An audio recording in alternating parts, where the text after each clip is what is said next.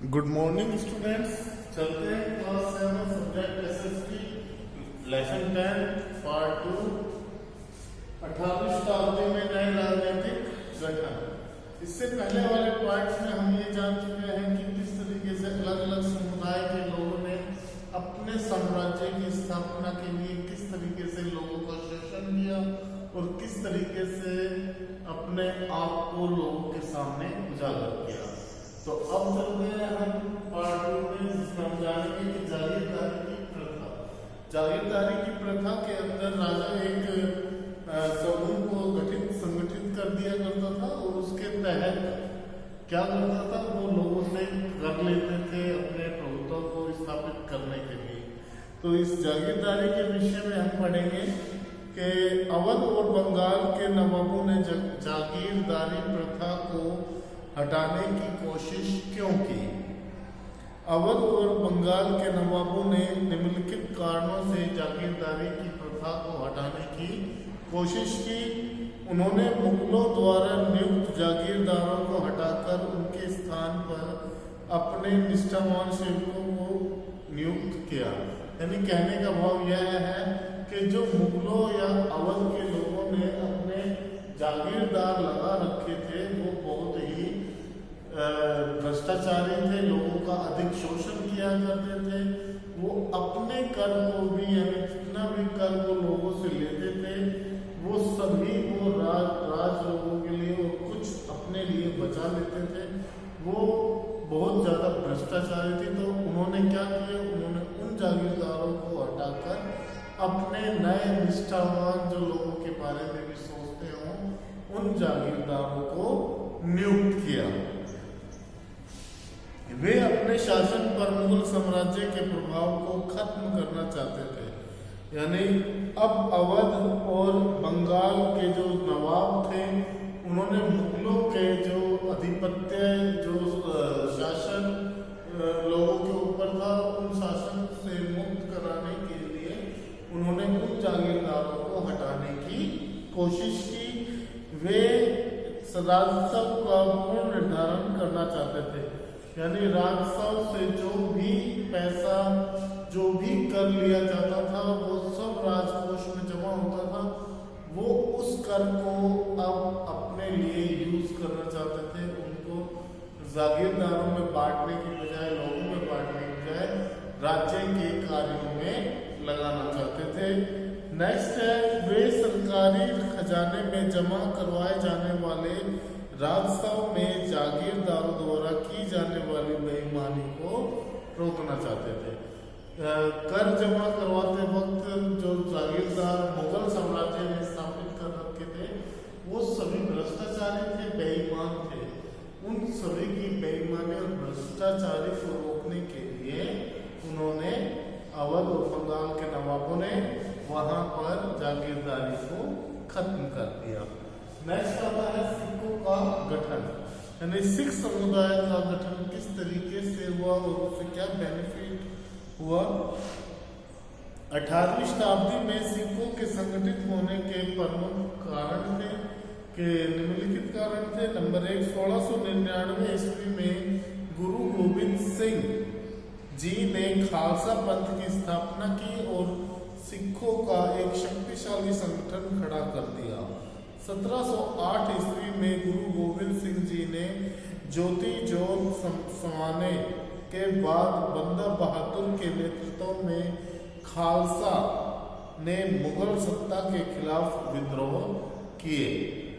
1716 ईस्वी में बंदा बहादुर की हत्या के बाद कई योग्य सिख नेताओं के नेतृत्व में सिखों ने अपने आप को पहले जत्थों में और बाद में मिसलों में संगठित किया।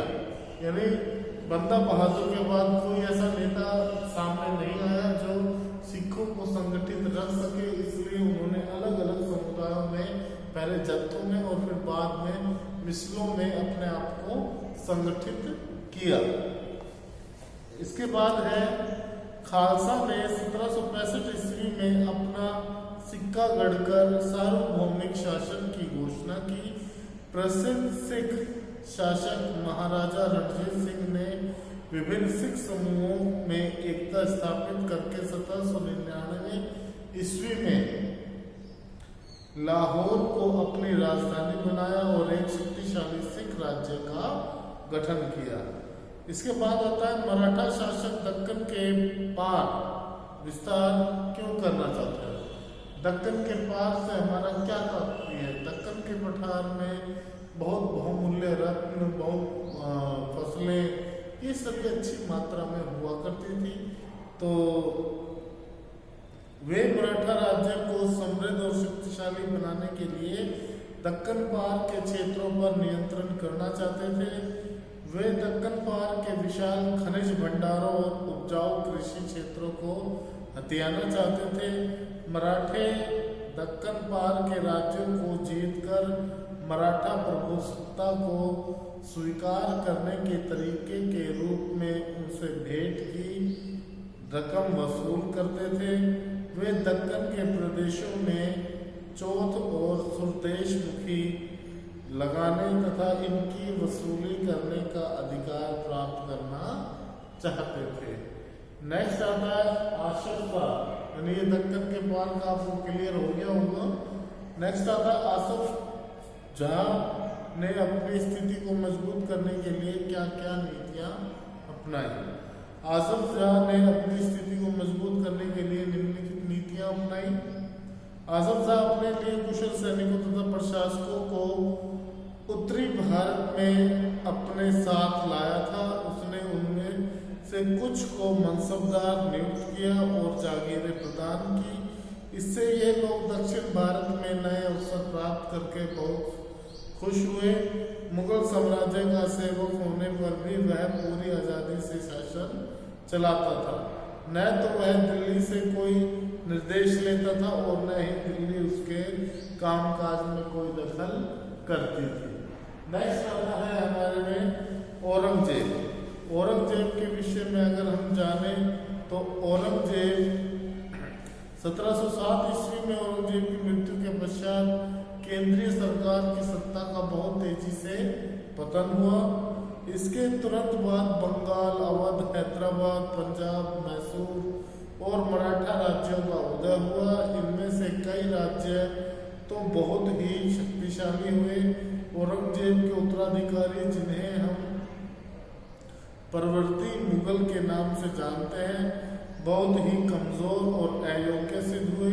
1712 ईस्वी में मुगल सम्राट बहादुर शाह प्रथम की मृत्यु के पश्चात उसके उत्तराधिकारी गद्दी प्राप्त करने के लिए आपस में उलझ पड़े, जिससे केंद्रीय सत्ता कमजोर होती चली गई और एक एक करके अनेक स्वतंत्र राज्यों का गठन होता चला गया। औरंगजेब राजपूत सरदार अकबर के समय से ही मुगल साम्राज्य को दृढ़ समर्थन देते आ रहे थे, मगर उनमें से बहुतों ने औरंगजेब के विरुद्ध विद्रोह किया। इसका कारण यह था कि औरंगजेब उनके पैतृक भूमि के उत्तराधिकारी में हस्तक्षेप करने लगा था। औरंगजेब की मृत्यु के बाद उन्होंने मुगल साम्राज्य के बंधन से स्वयं को आजाद करने के प्रयास किए। उन्होंने अपना प्रभाव क्षेत्र बढ़ाने के लिए प्रयास किए, परंतु राजपूतों का प्रभाव अधिक दिनों तक नहीं टिका। ये आपसी कलहों में इतने अधिक उलझे रहे कि अपने प्रभाव क्षेत्रों के बाहर सत्ता की होड़ के लिए उनमें न ताकत थी और न ही क्षमता। जाटों, मराठों और सवाई राष्ट्रों की शक्ति बढ़ी तो राजपूतों के हाथों से राज्यों के बाहर की उनकी जागीरें निकल गई और उनका प्रभाव कम होने लगा। इसके बाद आता है 18वीं शताब्दी के राजनीतिक विशेषताएं। इसमें राजनीतिक एकता की कमी हुई, मराठों की शक्ति में वृद्धि और विभिन्न राज्यों के अधिकारियों में आपसी विद्रोह, यानी जो राजनीतिक एकता की कमी, यानी 18वीं शताब्दी की राजनीतिक विशेषता यह थी कि उस समय में जो राजनीतिक एकता थी उसकी कमी थी। हर समुदाय अपने समुदाय को अच्छा बताता था, हर समुदाय अपने समुदाय को ऊंचा उठाने के लिए भरसक प्रयास कर रहा था।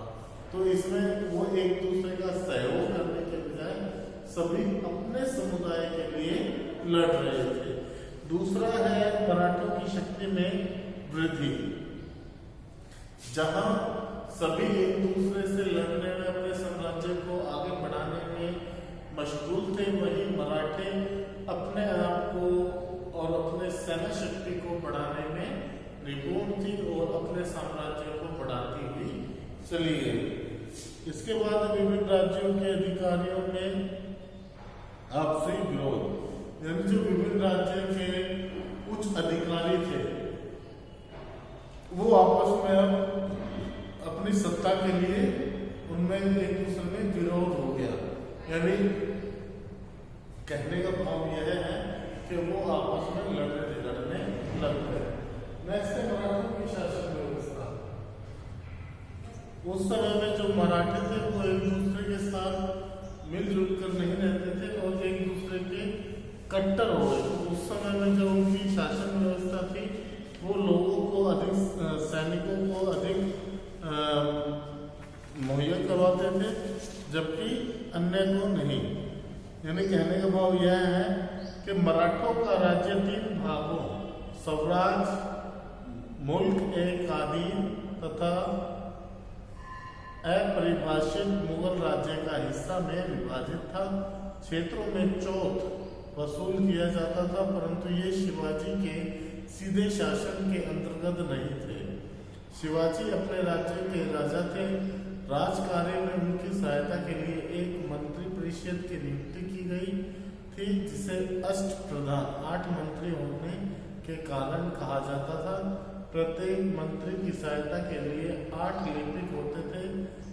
पेशवा मुख्य प्रधानमंत्री होता था। स्वराज क्षेत्र कई प्रांतों में तथा प्रांतों को जिलों में विभाजित किया गया था। शिवाजी ने पूर्व से चली आ रही जागीर प्रथा को समाप्त कर नकद वेतन देने की प्रथा आरंभ की।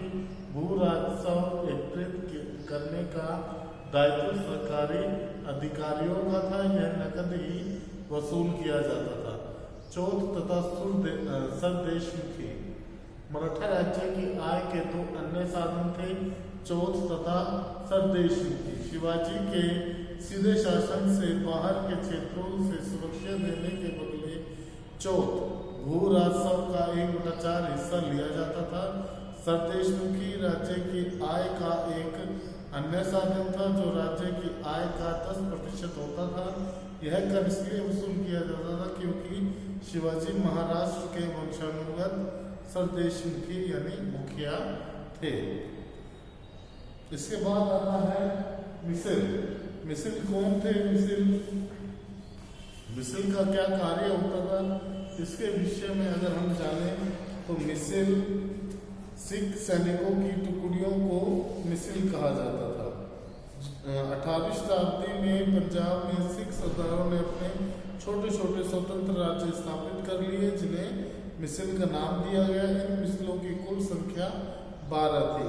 मिसलों की स्थापना के मुख्य कारण उनकी कमी, उनके संगठन में आपसी द्वेष भाव, एक दूसरे के लिए कड़वाहट, राजनीतिक का इकट्ठा न होना, राजनीतिक दल का इकट्ठा न होना, ये उनके अलग होने के कारण थे और ये अलग अलग समुदायों में बट गए। एक मिसिल के नाम में जस्ते में विभक्त हो गए। तो आज के लिए हमारे ये लेसन कंप्लीट हो चुका है। अगर कुछ समझ नहीं आता है तो आप कमेंट्स बॉक्स में जाकर कमेंट्स कर सकते हैं। आज के लिए